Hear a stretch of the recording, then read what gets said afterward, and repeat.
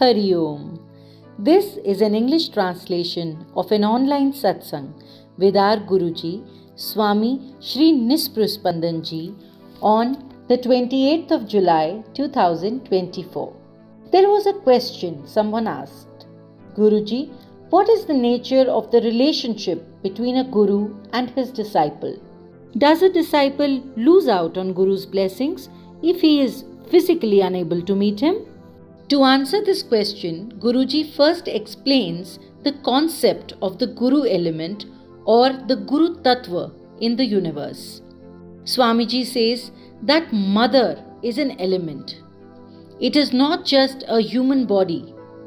Almighty has infused this mother element in one human body and sent it for each one of us.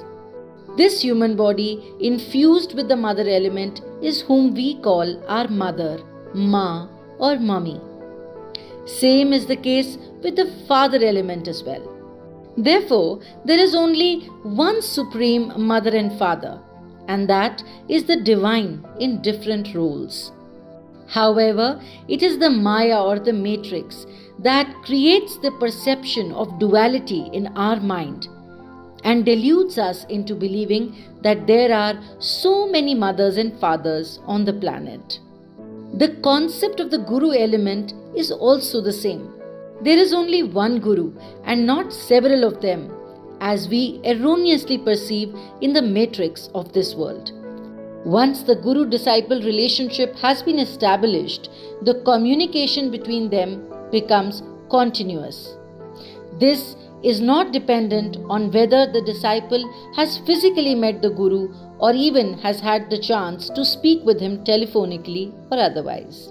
The Guru has a spiritual eye on everyone, no matter how many of us disciples are there. Just like a mother knows in and out about each of her children, their individual needs and personality, the Guru knows exactly what each of his disciples need, how it needs to be given, and when. Swamiji also gives us the analogy of a fetus.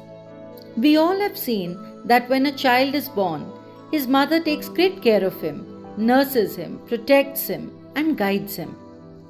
But has the mother not cared for the child, not nourished him when he was in the womb?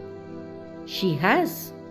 So whether the child was visible after birth or tucked away, hidden from sight in her womb, the relationship between the child and the mother had been established and it was operational nonetheless. Similarly, once a sadhak surrenders to the Guru, the relationship is established and Guru's blessings and guidance begin to flow continuously, unfettered by space and time.